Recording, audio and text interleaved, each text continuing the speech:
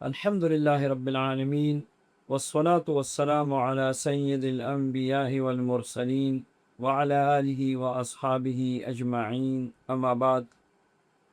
آج کے درس میں اللہ تبارک و تعالی کا مبارک نام القہار کے بارے میں کچھ انشاءاللہ ذکر کرتے ہیں۔ یاد رکھیے، اللہ تبارک و تعالی کا یہ مبارک نام القہار، یہ جلالی نام ہے، اپنے اندر زبردست جلالیت رکھتا ہے یہ مبارک نام۔ اور القہار کا ترجمہ اور معنی اور مطلب ہے وہ ذات جو غالب ہے، القہار جو سب پہ غالب ہو۔ ایک عربی میں ہے القہار، ایک اردو میں ہے قہار۔ یاد رکھیے دونوں میں فرق ہے۔ عربی میں جو القہار ہے اللہ تبارک و تعالی کا نام، جس کا مطلب ہرگز اردو والا قہار نہیں ہے کہ غضب والا، عذاب دینے والا، غصے والا، قہر والا، قہر نازل کرنے والا، ہرگز یہ معنی نہیں ہے، بلکہ القہار کا مطلب ہے او ذات جو سب پہ غالب ہو۔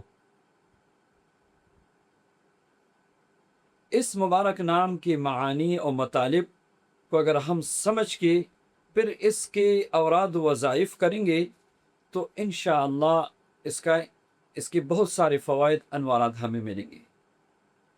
زیادہ تر لوگ جادو کی پلٹنے کے لیے یا دشمن سے انتقام کے لیے یا اس طرح کی دوسرے وظائف اور عملیات میں القہار اسی معنی میں لیتے ہیں کہ او ذات جو قہر و غضب نازل کرنے والا ہے، او ذات جو بدلہ دینے والا ہے۔ یاد رکھیے اور اس بات کو خوب ذہن نشین کیجئے کہ اللہ تبارک و تعالی کی جتنی بھی نام ہے، اللہ کے جتنے بھی نام ہیں، سارے اسماء گرامی اللہ تعالیٰ کی یا تو اللہ کے رحمت پہ دلالت کرتے ہیں، یا اللہ کے ربوبیت پہ دلالت کرتے ہیں، یا غلب اور قدرت پہ دلالت کرتے ہیں۔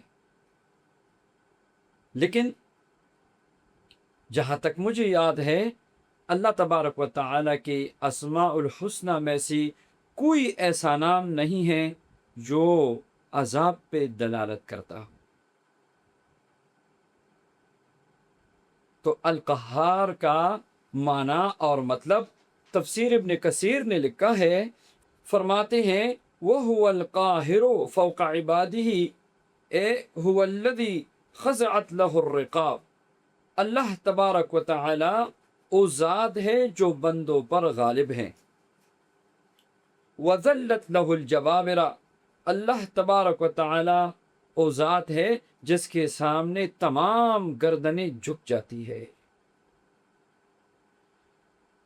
کچھ علماء نے القہار کا مطلب یہ بیان کیا ہے، هو الذی لا موجود الا هو، هو الذی لا موجود الا وهو مسخر تحت قہره وقدرته عاجز فی قبضته۔ اللہ تبارک و تعالی القہار جو نام ہے، اس کا مطلب ہے کہ او ذات کہ دنیا کی ہر چیز اس کے غلب اور قدرت کے تحت مسخر ہے۔ تو اللہ کے مبارک نام القہار یعنی او ذات جو سب پہ غالب ہے، ساری مخلوق اس کی مسخر ہے۔ کچھ علماء نے معنی بیان کیا ہے، القہار الذی طاحت عند صولته صولة المخلوقین۔ اللہ تبارک و تعالی القہار او ذات ہے جس کے دبدبے اور غلبے کے سامنے ساری مخلوق کے دبدبے اور غلبے ختم ہو جاتے ہیں، سب اس کی مخلوق ہے۔ اللہ تبارک و تعالی نے اپنے اس مبارک نام القہار کو قرآن پاک میں 6 مقامات پہ بیان فرمایا ہے۔ اور ایک عجیب راز کی بات ہے کہ جہاں بھی اللہ تبارک و تعالی کا اسم مبارک القہار قرآن پاک میں ذکر ہے تو اللہ تبارک و تعالی کے نام الواحد کے ساتھ ذکر ہے۔ الواحد القہار، الواحد القہار، الواحد القہار، 6 مقامات پہ قرآن پاک میں ذکر ہے اور ہر جگہ پہ الواحد کی صفت کے ساتھ ذکر ہے۔ الواحد القہار، او یکتا ذات جو سب پہ غالب ہے۔ اس لیے جب بھی ہم یا قہاروں کا وظیفہ کریں گے تو یہی مطلب و معنی ہم ذہن میں رکھیں گے کہ ہم اس ذات کو پکار رہے ہیں جو ذات سب پہ غالب ہے۔ اور جب بھی اس کا ورد اور وظیفہ کریں گے تو اس ترتیب کے ساتھ کریں گے، یا اللہ یا واحد یا قہار، یا اللہ یا واحد یا قہار، یا اللہ یا واحد یا قہار، کیونکہ صفت واحد کے ساتھ قرآن پاک میں ذکر ہے۔ آئیے ان 6 مقامات کا مختصراً ذکر کرتے ہیں جہاں پہ اللہ کا یہ مبارک نام القہار ذکر ہے مگر صفت الواحد کے ساتھ ذکر ہے۔ جیسے کہ سورہ رعد کی آیت نمبر 16 میں اللہ تبارک و تعالی ارشاد فرماتے ہیں، اعوذ باللہ من الشیطان الرجیم، بسم اللہ الرحمن الرحیم، قل اللہ خالق کل شیء وہو الواحد القہار۔ آپ کہہ دیجئے کہ اللہ ہی ہر چیز کا خالق ہے اور وہی اپنی ذات و صفات اور کمال میں اکیلا ہے اور سب مخلوق پر غالب ہے۔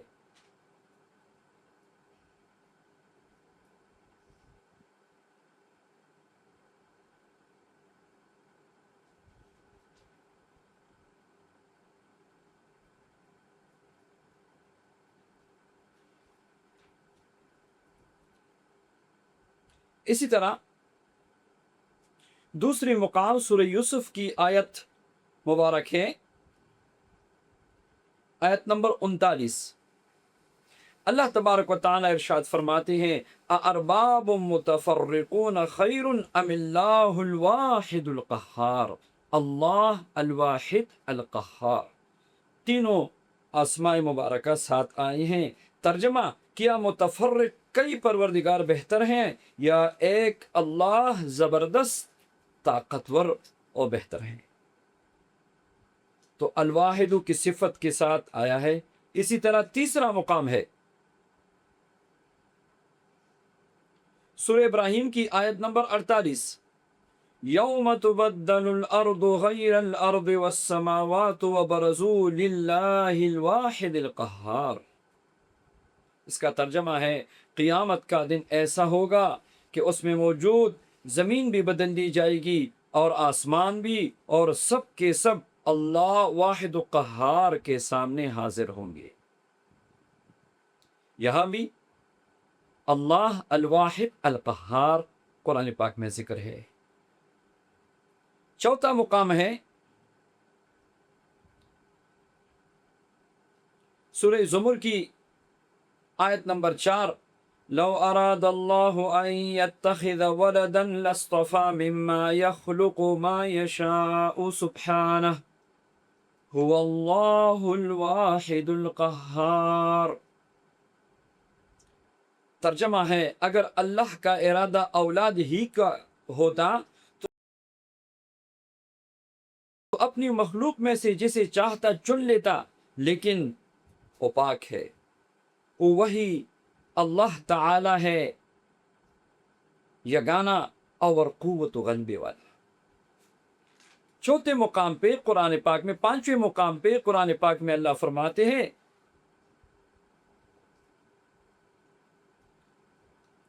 سورہ المومن کی 16 نمبر آیت ہے، قل انما انا منذر وما من الہ الا اللہ الواحد القہار۔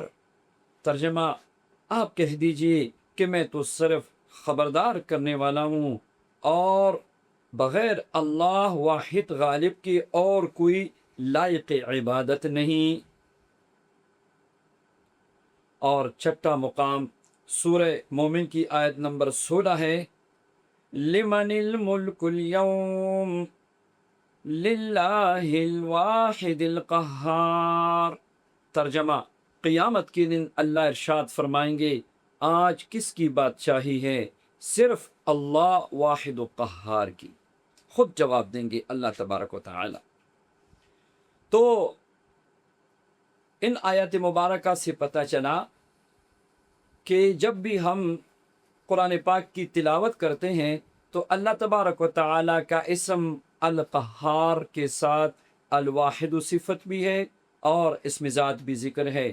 تو یا اللہ یا واحد یا قہار، اسی ترتیب سے ہم ذکر کریں گے، اسی ترتیب سے ہم وظیفہ کریں گے، اسی ترتیب سے ہم اگر زکوٰۃ ادا کرنا چاہتی ہیں تو اسی ترتیب کے ساتھ زکوٰۃ ہم ادا کریں گے۔ اللہ تبارک و تعالیٰ کے اس اسم کی طاقت، اس کی روحانیت کا آپ اس سے اندازہ لگائیں کہ حضرت عمر فاروق رضی اللہ عنہ نے جب دریائے نیل خشک ہونے لگا تو دریائے نیل کو خط لکھا، اور اس وقت کے گورنر حضرت عمر بن عاص رضی اللہ عنہ کو فرمایا کہ اس کو دریائے نیل میں ڈالو، اور خط ڈالتے ہی دریائے نیل کا پانی 16 ہاتھ اونچا ہو گیا، اور تب سے لے کر آج تک اسی طرح کا پانی جاری ہے۔ حضرت عمر رضی اللہ عنہ نے جو خط لکھا اس میں بھی اللہ تبارک و تعالی کے اسم یا قہار کا ذکر ہے۔ آئیے اس مبارک خط کے الفاظ آپ سن لیجئے۔ حضرت عمر فاروق رضی اللہ عنہ نے لکھا، فَإِن كُنْتَ تَجْرِي مِن قِبَلِكَ فَلَا تَجْرِي وَإِن كَانَ الْوَاحِدُ الْقَهَّارُ يُجْرِيكَ فَنَسْأَلُ اللَّهَ الْوَاحِدَ الْقَهَّارَ أَن يُجْرِيَكَ۔ اس کا ترجمہ کیا ہے؟ اللہ کے بندے، عمر کی طرف سے مصر کے دریائے نیل کے نام، اما بعد اے دریائے نیل، اگر تم اپنے اختیار سے چلتے ہو تو مت چلو، اور اگر تم اللہ الواحد القہار کے حکم سے چلتے ہو، اگر اللہ الواحد القہار تمہیں چلاتے ہیں تو ہم اللہ الواحد القہار سے سوال کرتے ہیں کہ وہ تجھے چلا دے۔ اور اس خط کے ڈالتے ہی دریائے نیل اوپر آ گیا، اس کا پانی اوپر آ گیا۔ تو اس کی طاقت کا آپ اندازہ لگائے، جب آپ پورے کامل یقین کے ساتھ ذکر کریں گے یا اللہ یا واحد یا قہار، تو اس کی برکات بے انتہا ہوں گے۔ تو اس لیے آج کے درس کا خلاصہ ہمارا یہ ہے کہ صرف یا قہاروں کا ذکر نہ کریں، اگر آپ نے کرنا ہے تو یا اللہ یا واحد یا قہاروں کا ذکر کریں۔ اب اس میں یا قہاروں کے بھی شمار فیوزات و برکات ہیں۔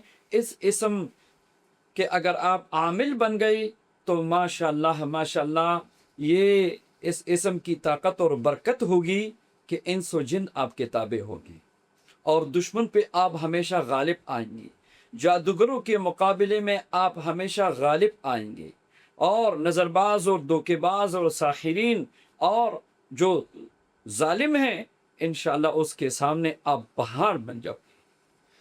یا واحد یا اللہ یا واحد یا قہار، چونکہ اللہ تبارک و تعالی کہ ان مبارک ناموں کی بڑی برکات ہے، اس لیے اگر آپ اس کا عامل بننا چاہتے ہیں انشاءاللہ اللہ توفیق نصیب فرمائے، تو کم سے کم زکوٰۃ کی تعداد اور 40 دن میں 1.25 لاکھ کی ہے۔ روزانہ 3125 مرتبہ اس اسم کو آپ پڑھیں گے، مقررہ وقت پہ، مقررہ جگہ پہ، حصار کھینچ کے، تو انشاءاللہ 40 دن میں 1.25 لاکھ کی تعداد پوری ہو جائے گی، اور اس کی بے انتہا برکات اب دیکھیں گے۔ اللہ توفیق دے 4 لاکھ کی، اللہ توفیق دے 16 لاکھ کی۔ اگر آپ نے زندگی میں ان 3 اسماء مبارکہ کا زکوٰۃ ادا کیا تو انشاءاللہ کسی اور اسم کی زکوٰۃ ادا کرنے کی ضرورت ہی نہیں ہے۔ جب بھی کسی حاجت، کسی مریض، کسی جن، کسی ساحر کے سامنے آپ جائیں گے، یا اللہ یا واحد یا قہار، آپ صرف 7 مرتبہ اس کا ورد کریں، انشاءاللہ تبارک و تعالی آپ غالب آئیں گے اور بھاگیں گے اور میدان چھوڑیں گے۔ اسی طرح اگر آپ آمن نہیں بنے، آپ صرف یا اللہ یا واحد یا قہارو دن میں یا عشاء میں یا رات میں 100 مرتبہ پڑھیں گے تو انشاءاللہ آپ کی دشمن مغلوب ہو جائیں گے، آپ غالب آئیں گے۔ اگر آپ کی زمین، آپ کا مال، آپ کا جائیداد، آپ کی دکان، آپ کی پراپرٹی کسی نے قبضہ کیا ہے تو دنیاوی اسباب کو اختیار کرتے کرتے 313 بار یا اللہ یا واحد یا قہارو کا ذکر کریں، اول آخر درود پاک کے ساتھ، انشاءاللہ آپ غالب آئیں گے۔ اس کے دن میں اللہ کا خوف پیدا ہوگا اور آپ کی امانت آپ کو واپس ملے گی۔ اس طرح بہت ساری برکات ہیں ان سارے اعمال کی، آپ سب کو اجازت ہے۔ اللہ تبارک و تعالی اپنے اس مبارک نام کی برکات ہم سب کو نصیب فرمائے، آمین یا رب العالمین۔